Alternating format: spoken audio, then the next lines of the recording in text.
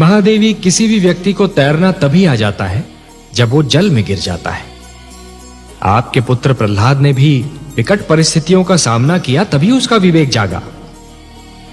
जिस प्रकार कुंदन बनने के लिए सोने को पहले अग्नि में तपना पड़ता है, उसी प्रकार किसी भी व्यक्ति को अपनी भीतर की क्षमताओं को जानने के लिए परीक्षा की अग्नि में तपना पड़ता है महादेवी।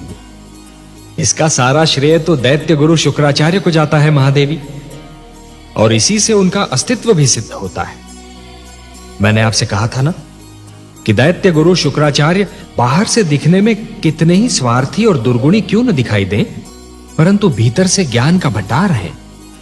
नीति शास्त्र में आज भी उनके समक्ष कोई नहीं ठहर सकता। यह तो उन्हीं की शिक्षा का फल है महादेवी, जो आपका पुत्र प्रहलाद राजा का दायित्व निभा पाया। महादेवी, जिस प्रकार एक कृषक लहराते हुए खेत को देखकर प्रसन्न तो हो जाता है, परंतु उसके मन में एक आशंका रहती है कि क्या अगले वर्ष भी खेती यूं ही लहराएगी या सूखी रह जाएगी। मेरे मन में भी यही आशंका है महादेवी कि प्रहलाद की बनाई हुई परंपरा उसकी अगली पीढ़ियों तक बनी रहेगी या नहीं। हाँ, मेरा पौत्र विरोचन अब युवा होने वाला है। देखते हैं वो अपने पिता से कौन से गुण प्राप्त करता है। प्रहलाद की एक परीक्षा यह भी होगी कि जिन आसुरी प्रवृत्तियों को उसने बदल दिया, क्या वो उन्हें दोबारा उभरने से रोक पाता है। और क्या किया दुष्ट विरोचन ने? उस अधम ने तो हमारी पूजा बंद करवा दी थी। आप तो देवता हैं, आपको तो यह ज्ञात होना चाहिए देवराजेंद्र कि पूजा किसी के प्रति स्नेह और श्रद्धा की ऐसी भावना है जो यदि मन में जन्म ले तो कोई उसे दबा नहीं सकता, परंतु यदि मन में जन्म ना ले तो कोई उसे उत्पन्न भी नहीं कर सकता। परंतु हे परनाथ, हमारी पूजा तो न जाने कब से निरंतर होती चली आ रही है। यज्ञ में समिधा डालते हुए नाम लेने को आप पूजा कहते हैं देवराजेंद्र? चरणों में फूल चढ़ाने को आप पूजा कहते हैं देवराजेंद्र? हाथ जोड़कर शीश नवाने को आप पूजा मानते हैं? नहीं देवेंद्र, यह पूजा नहीं है। पूजा तो दिखावा ना करने का दूसरा नाम है।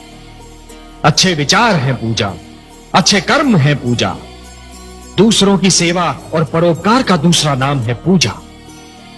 केवल अपने लिए नहीं, अपने चहु ओर बसे हुए संसार के लिए जीना, यह है पूजा। किसी और की पीड़ा में तड़प उठना है पूजा, कि आप पूजा, पूज्य और पुजारी के अर्थ को ही भुला बैठे।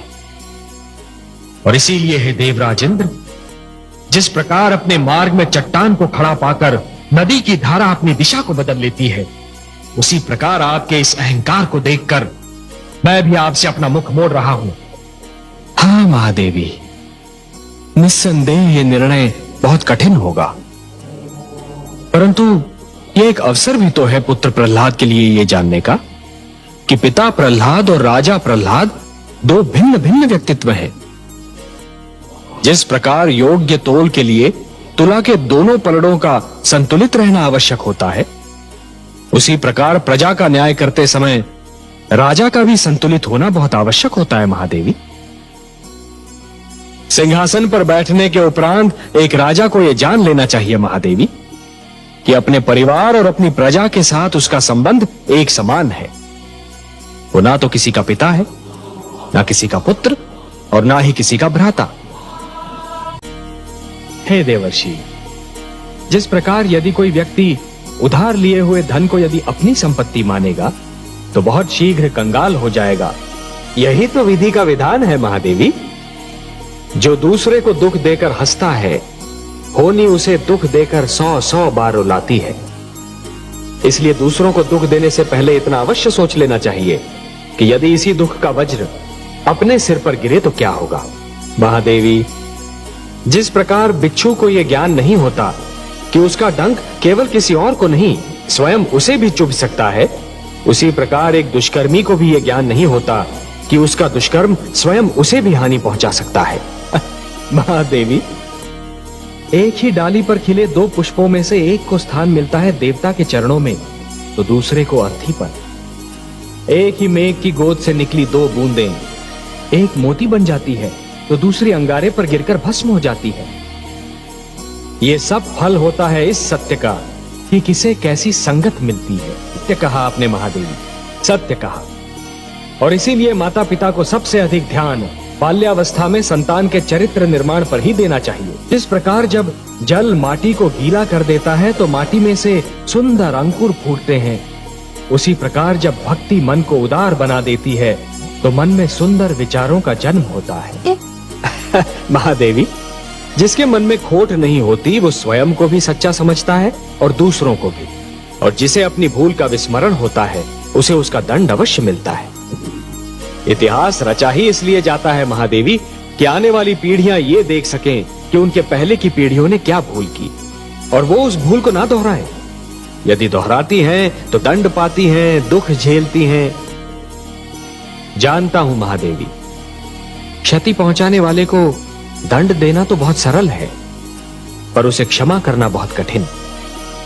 और जो क्षति पहुंचाने वाले को क्षमा कर सकता है वो तो पूजनीय है। कमल नयन, उत्सव वो है जो आत्मा को शांति दे, जो सारे नगर का जीवन अस्त व्यस्त कर दे, जिसमें मदिरा पीकर सब अपनी सुध-बुध खो बैठे, वो उत्सव नहीं, कोरा हुड़दंग है। परिवार क्या है? प्रभु, मुझे इसका ज्ञान दीजिए। परिवार वो है वत्स जो जीने का उद्देश्य देता है, मानव को ये बताता है कि संसार में क्यों जिया जाए, किसके लिए जिया जाए। और संसार क्या है भगवान? संसार संसार एक बड़ा परिवार है पुत्र। परिवार का विशाल रूप है, मेरी श्रेष्ठ रचना है। वसुधैव कुटुंबकम, ये सारी वसुधा, ये सारी धरती एक ही कुटुंब है, एक ही परिवार है वत्स। परंतु संसार के भले के लिए मर जाना, ये वो महान कार्य है जो प्राणी को मरकर भी अमर बना देता है। वासुदेव, मुझे बताइए कि कर्म क्या है? कर्म पूजा है वत्स, कर्म यज्ञ है, कर्म जीवन है, जीवन का आदर्श है। और जीवन क्या है देव? जीवन एक सौभाग्य है पुत्र, एक वरदान है, मेरा दिया हुआ प्रसाद है, एक अवसर है। वत्स, अब और प्रश्न पूछने हैं मुझसे? कुछ नहीं पूछना प्रभु, अब कुछ नहीं पूछना। अब तो मुझे हर प्रश्न का उत्तर मिल गया है। मेरे चारों ओर ज्ञान का प्रकाश फैला हुआ है। मैं वहाँ हूँ जहाँ केवल मैं हूँ और आप है। अब न कोई कामना है, न कोई इच्छा। आपकी गोद में आकर लगता है इसके सिवा हर वस्तु तुच्छ है। अब मुझे कुछ भी नहीं चाहिए। मुझे मेरा ठिकाना मिल गया, मेरा घर मिल गया। नहीं वत्स, मेरी गोद तुम्हारी